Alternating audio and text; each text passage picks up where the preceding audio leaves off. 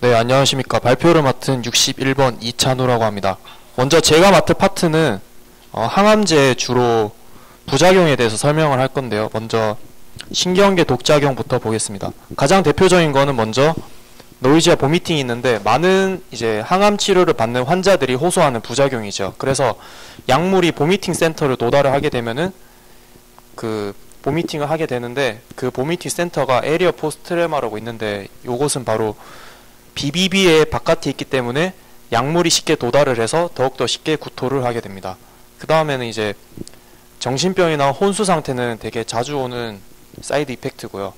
그리고 이러한 원인은 바로 이제 아이포스파마이드에 그게 분해될 때 클로로아세트알데히드가 릴리즈 되면서 그것 때문에 사이드 이펙트가 주로 나타나게 됩니다. 그 다음에 부설판을 하이 도주로 주게 되면은 시저가 오게 되고, 그 다음에 안티 시저 약물인 페니토인 클리어런스가 가속화되어 가지고 시저가 더욱더 심해지게 됩니다.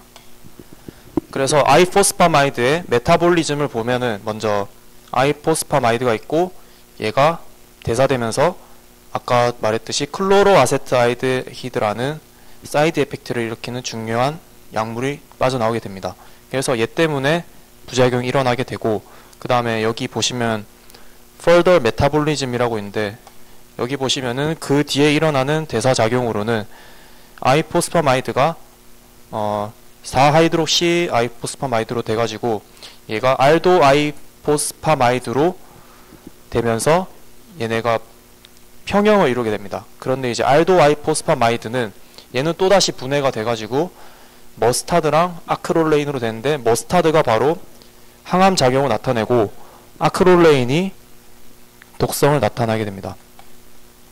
그래서 클로로아세트알데히드의 주로 뉴로톡시시티 기전을 보자면은 제일 먼저는 다이렉트 이펙트가 있고, 그 다음에는 두 번째로 글루타사이온 레벨을 줄이는 게 있는데, 제가 여기 첨부한 그림을 보면은 저희가 생화학 시간에도 많이 배웠는데, 글루타사이온 포로시데이즈는 우리 몸에 있는 독성 물질을 제거하는 역할을 합니다.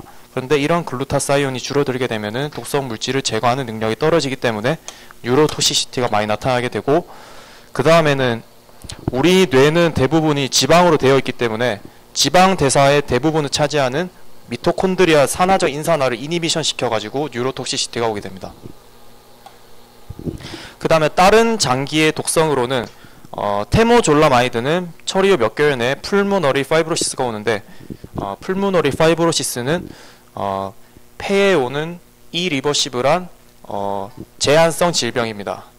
그 다음에 두 번째로는 부설판이나 BCNU는 간의 VOD를 유발하는데, VOD는 혈관의 내피세포가 이렇게 떨어져 나오면서 혈관을 막으면서 생기는 그런 질병입니다. 특히 간에 잘 나타나고요. 그 다음에 사이클로포스파마이드랑 아이포스파마이드는 헤모리지 시스티티스를 유발하게 되는데, 이 원인이 바로 아크롤레인이라고 합니다. 이 두 가지 약물은 둘 다 대사 과정 중에서 아크롤레인을 방출하게 되는데, 제가 앞에서 말했듯이 아크롤레인이 독성을 나타나기 때문에 특히 방광염을 유발하는 데 큰 독성을 작용한다고 알려져 있습니다. 그 다음에는 모든 알키라제는 남성과 여성의 생식계통에 독성을 가지고 있다고 합니다. 그 다음에 또 다른 부작용으로는 백혈병을 유발하는 게 있습니다. 그래서 알킬레이팅 에이전트는 백혈병 유발성이 상당히 강한데, 특히 이제 급성 비림프성 백혈병은 처치 이후 4년 이내에 가장 발병 가능성이 높다고 합니다. 그리고 메팔란이랑 프로카바진도 백혈병을 일으키는 가장 큰 요인이라고 합니다. 그래서 아까 말했듯이 메클로레타민의 흡수와 대사 과정을 보자면은, 먼저 임상적인 용도로는 국소 조직에서 심각한 반응이 일어날 때 IV로 빠르게 투여를 하는 겁니다. 그 다음에 이제 대부분의 약물이 그렇지만 분해 속도는 pH의 영향을 상당히 많이 받는다고 합니다. 그 다음에 호킨슨 환자에게는 MOPP 처리를 하게 되는데, MOPP는 메클로레타민, 빈크리스틴, 프로카바진, 그리고 프레드니손이 있는데, 프레드니손은 콜티솔 제제이고요. 그 다음에 28일 주기로 1일제랑 8일제 각각 6mg을 넣는데 IV 볼로스로 넣는 게 상당히 특징적입니다.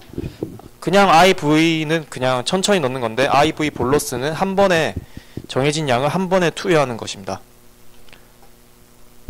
그 다음에 대표적인 부작용으로는 역시 노이즈와 보미팅이 있고, 그 다음에 라크리메이션, 그리고 마이엘로 서프레이션이 있습니다. 다음 약물은 사이클로포스파마이드인데 경구로 흡수되면서 4하이드록시 인터미디에이트로 활성화되면서 알도포스파마이드와 평형을 이루게 되는데, 이 알도포스파마이드는 토토모로서 수소 원자 하나가 자리를 바꾼 구조적 이성질체라고 할 수 있습니다. 그리고 물질 대사 작용률은 환자마다 매우 다양하기 때문에 아까 말했듯이 급성 혈류증을 보이는 환자의 경우에는 곧바로 약의 투여를 멈추어야 합니다.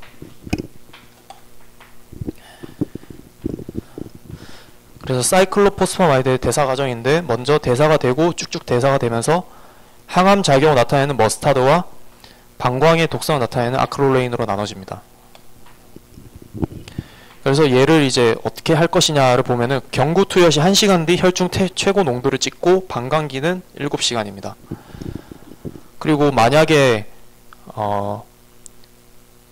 고용량을 줘했을 때 항이뇨 호르몬을 분비하고, 그로 인해 몸에 물이 많아져가지고 물 독성을 띠게 됩니다. 네, 워터 인톡시케이션이죠. 그 다음에 테라퓨틱 유즈는 하루에 100mg per 제곱미터씩 경구로 투여를 하고, 그 다음에 IV로 많이 줄 때는 다른 드러그와 같이 병용을 하게 됩니다. 특히 이제 유방암이나 그 림프종 같은 경우에는요. 그래서 이제 200mg per kg 이상 복용 시에 GI 궤양과 방광염, 폐, 신장, 간, 심장 독성이 있고, 임상적 범위가 매우 넓고, 그 다음에 호킨슨 림포마에서 상당히 중요한 콤비네이션 제제입니다. 그 다음에 얘는 또 면역 억제 기능이 있어가지고 자가 면역 질환을 치료하는데 상당히 잘 쓰이고 있습니다. 그 중에서 대표적인 건 바로 베그너 유가종이랑 그 류마티스 관절염입니다. 그리고 아이포스파마이드는 앞에서 제가 많이 말했지만 얘는 사실 사이클로포스파마이드의 아날로그입니다. 그래서 얘는 심각한 방광계와 CNS 독성으로 인하여 사용이 제한되었지만, 이 독성을 제한하는 메즈나라고 2-mercaptoetansulfonate라는 얘가 있는데, 얘가 이제 아까 말했듯이 방광 독성을 나타내는 아크롤레인과 결합을 하게 되면서 방광 독성을 감소하게 됩니다. 그 다음에 얘를 치료적인 용도로 쓰자면은 고환암, 소아육종, 성인육종의 첫 치료고, 항암제, 그 다음에 골수암에서 많이 쓰이고, 많이 투여하면 환각이 오고 코마가 오면서 신경 독성을 심하게 띈다고 합니다. 그리고 투여 양을 보자면은 비골수 파괴성 투여에서 최소한 30분 동안 정맥 주사를 통해 5일 동안 하루 1.2g per 제곱미터 이하의 양으로 투여를 하고, 여기서 중요한 게 메즈나를 IV 볼러스로 같이 투여하는 게 상당히 중요하고요. 투여량도 상당히 중요한데, 아이포스파마이드 투여량의 20%를 같이 투여하고 4시간과 8시간 후에 각각 투여량의 20%를 각각 또 투여해가지고 결국 최종적으로는 60%를 투여하게 됩니다. 그래서 적어도 이제 2리터를 먹어줘야 돼요, 물을. 왜냐면은 쭉쭉 많이 빼줘야 되기 때문에. 그래서 하루에 적어도 오랄이나 IV로 2리터를 하이드레이션 시켜야 된다. 그 다음에 투여 이후 혈장에서 방광기가 1.5시간이고요. 이것도 당연한 얘기지만 환자들마다 간의 물질 대사가 다양하기 때문에 방광기도 상당히 다양하다고 볼 수 있습니다. 그런데 이제 투여량이 적을 때는 방광기가 다소 짧아진다는 그런 특징이 있고요. 독성 기전은 역시나 똑같이 사이클로포스파마이드와 비슷한 독성 기전을 띠게 되는데, 특히 플레이틀렛 서프레이션에 큰 독성을 띠게 됩니다. 그리고 만약에 메즈나 없이 투여를 하게 된다면은 요러 개의 데미지가 상당히 많이 오게 됩니다. 감사합니다.